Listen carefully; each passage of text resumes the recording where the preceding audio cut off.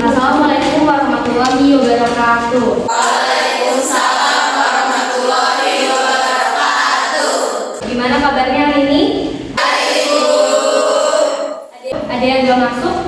Ada, Bu.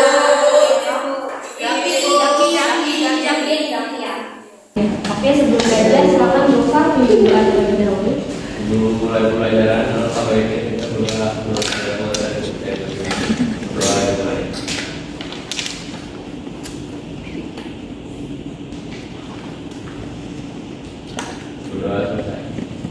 Baik, jadi hari ini kita akan membahas mengenai perubahan sosial dan tujuan pembelajarannya diharapkan setelah mempelajari materi hari ini kalian akan mengerti apa itu perubahan sosial, lalu apa saja jenis-jenis perubahan sosial, dan kalian bisa memberikan contoh perubahan sosial yang terjadi di lingkungan sekitar kalian. Sebelum masuk ke materi, Ibu ingin bertanya ke Yuli. Kalau boleh tahu berapa usia kamu saat ini? 17 tahun. Selama 17 tahun, kamu pernah nggak mengalami atau melakukan perubahan dalam hidup kamu? Pernah. Pernah ya? Kira-kira apa tuh contohnya? Dulu tuh nggak bisa bangun pagi, sekarang bisa. Oke, jelas ya kenapa manusia itu pasti melakukan perubahan. Karena memang pada dasarnya manusia adalah makhluk yang dinamis, artinya selalu berubah dan berkembang. Nah, tapi bukan perubahan secara individu yang akan kita bahas dalam sosiologi, melainkan mengarah ke perubahan sosial. Nah, sebelum masuk ke perubahan sosial, Ibu akan memberikan soal asesmen diagnostik yang bisa kalian kerjakan melalui word wall. Ini sudah Ibu kirim di grup kelas ya. Jadi kalian harus mencocokkan kata kunci dan juga jawaban. Contohnya, kata kuncinya perubahan sosial. Nah, menurut kalian apa sih definisi dari perubahan sosial itu sendiri? Paham semuanya? Paham, Ibu.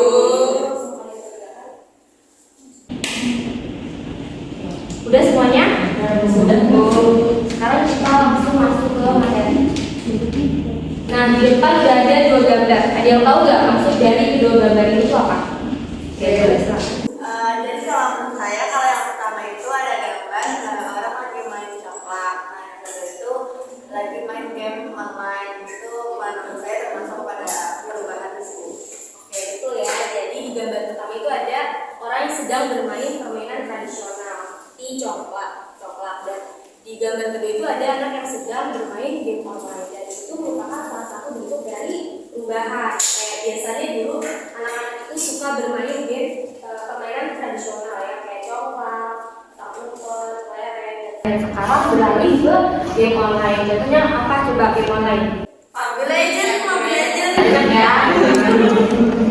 Perubahan sosial adalah suatu perubahan dari gejala-gejala sosial yang ada pada masyarakat, dari yang bersifat individual sampai kompleks. Nah, jadi setiap manusia itu atau kelompok masyarakat pasti akan terus-menerus melakukan perubahan. Nah, dari sini ada yang ingin memberikan pendapat lain mengenai perubahan sosial? Jadi perubahan sosial itu adalah perubahan yang berkenaan dengan kehidupan masyarakat dan berpengaruh pada berbagai kehidupan. Betul ya. Nah, selanjutnya itu ada jenis-jenis perubahan sosial. Yang pertama, perubahan secara lambat dan cepat. Nah, kalau perubahan secara lambat itu mengalami rentetan perubahan yang saling berhubungan dalam jangka waktu yang cukup lama. Contohnya di gambar pertama itu ada ilustrasi dari sistem barter yang mungkin sekarang ini udah nggak kita rasain ya. Lalu seiring berkembangnya teknologi muncullah mesin pencetak uang dan akhirnya sistem transaksi berkembang menjadi transaksi uang. Dan saat ini yang bisa kita rasakan sudah tidak menggunakan uang saja ya, tapi bisa menggunakan transaksi online. Contohnya seperti apa transaksi online? Banyak ya. Nah, artinya perkembangan sistem transaksi mulai dari sistem barter, transaksi uang, transaksi online itu terjadi dalam waktu yang lama karena perlu melalui tahap-tahap tertentu. Nah, selanjutnya perubahan secara cepat, yaitu perubahan yang mengubah dasar atau sendi-sendi pokok kehidupan masyarakat. Dan itu berhubungan sama bidang industri ya. Kalau dulu pekerja ketika memproduksi sesuatu itu pasti hanya mengandalkan tenaga manusia ya. Contohnya di gambar pertama itu ada contoh pekerja yang sedang membuat rokok secara manual, dan seiring berkembangnya teknologi muncullah mesin untuk membuat rokok. Pada akhirnya sekarang kita mengenal konsep yang namanya pabrik ya, yang mana pabrik itu dominan menggunakan mesin, bukan lagi hanya mengandalkan tenaga manusia. Nah, selanjutnya itu ada perubahan kecil dan perubahan besar. Nah, kalau perubahan kecil ini perubahan yang unsur struktur sosialnya tidak membawa pengaruh langsung atau berarti bagi masyarakat. Contohnya itu kayak mode pakaian atau trend fashion ya. Seperti di gambar, ada yang tahu trend fashion apa? Yang mana celana cedai itu sempat ramai digunakan oleh orang-orang, dan itu merupakan salah satu bentuk perubahan kecil yang mana tidak semua orang mengikuti, melainkan hanya sebagian saja. Nah, selanjutnya perubahan besar. Ini tuh perubahan yang unsur struktur sosialnya memberi pengaruh langsung atau berarti bagi masyarakat. Oke, di gambar pertama itu ada petani yang sedang membajak sawah dengan kerbau. Nah, seiring berkembangnya teknologi muncullah mesin traktor, dan akhirnya sekarang petani membajak sawah menggunakan traktor. Nah, selanjutnya itu perubahan yang dikehendaki dan tidak dikehendaki. Kalau perubahan dikehendaki ini perubahan yang memang sudah direncanakan sebelumnya, gitu. Terutama oleh pihak yang memiliki wewenang untuk mengeluarkan kebijaksanaan. Contohnya itu kayak program KB atau keluarga berencana. Dengan adanya program tersebut bertujuan untuk menciptakan keluarga yang lebih sehat dan sejahtera, gitu, karena membatasi jumlah kelahiran, yaitu apa? 2 anak. Nah, sebaliknya kalau perubahan yang tidak dikehendaki ini tuh perubahan yang berlangsung di luar jangkauan pengawasan masyarakat. Contohnya kayak bencana alam banjir bandang gitu. Dengan adanya bencana alam tersebut mengakibatkan rumah warga rusak dan terkadang sampai menelan korban jiwa. Nah, sampai sini ada yang ingin ditanyakan? Paham semuanya ya?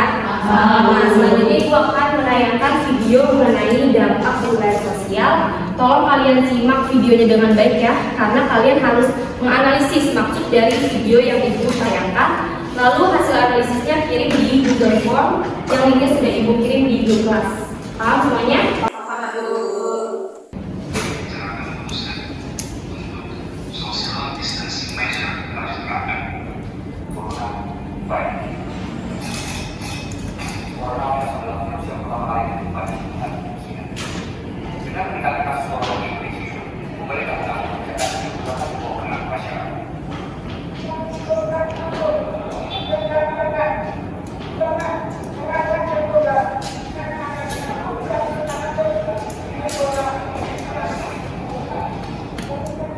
Harapan dari Polsek Sawah bagaimana menyadarkan atau membuat masyarakat ini bisa betul untuk karena apa? Kalau melakukan sosialisasi itu kampung-kampung ke desa-desa dan sebagainya. Masyarakat luas akan juga berdampak pada kesehatan, kemanusiaan, sosial, dan ekonomi. Saat mencegah Indonesia sehat bisa mencapai karena COVID-19 akan tetap mengancam dan adanya pembangunan yang signifikan. Serta partisipasi dan pemerintahan maka akan sendiri untuk segera menurunkan penularannya. Menjadi perubahan dalam proses wajar karena Oke, udah ya. Dari sini ada yang ingin menjelaskan hasil analisisnya? Oke, boleh. Hasil analisis video dari sana.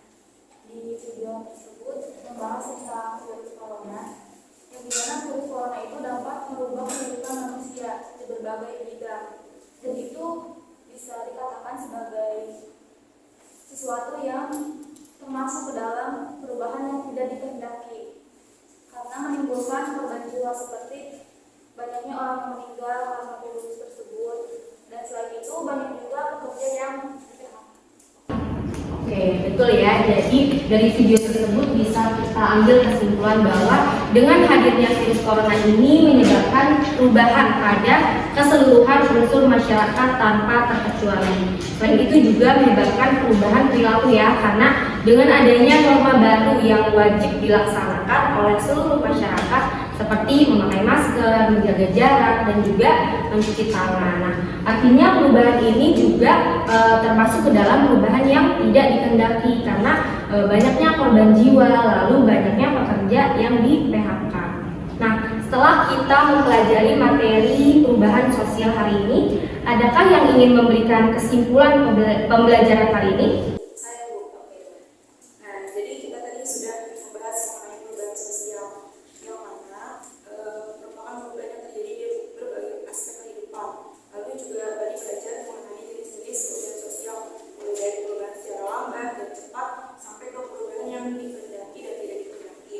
Lalu juga tadi kita telah menonton video yang merupakan salah satu bentuk perubahan sosial. Oke, terima kasih Nawang atas kesimpulannya. Nah, selanjutnya Ibu akan memberikan tes asesmen sumatif. Tujuannya agar Ibu mengetahui sejauh mana gitu kemampuan kalian mengenai materi yang sudah Ibu jelaskan. Kalian bisa langsung kerjakan melalui Google Form. Linknya sudah Ibu bagikan di grup kelas ya. Oke, udah ya. Nah, di pertemuan selanjutnya kita akan membahas mengenai perilaku menyimpang. Diharapkan sebelum pelajaran Ibu dimulai, kalian sudah membaca-baca terlebih dahulu ya. Oke, sebelum pulang, tolong kalian siapkan kertas masing-masing satu lembar.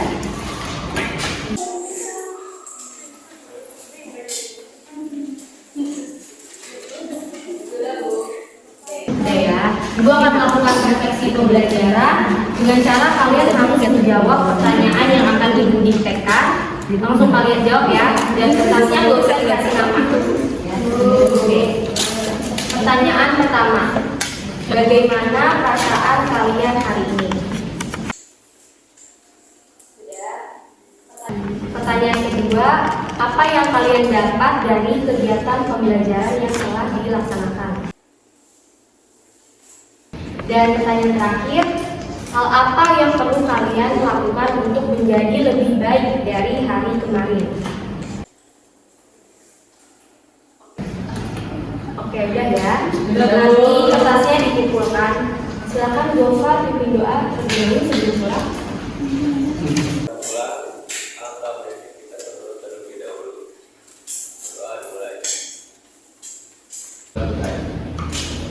Baik, terima kasih. Wassalamualaikum warahmatullahi wabarakatuh.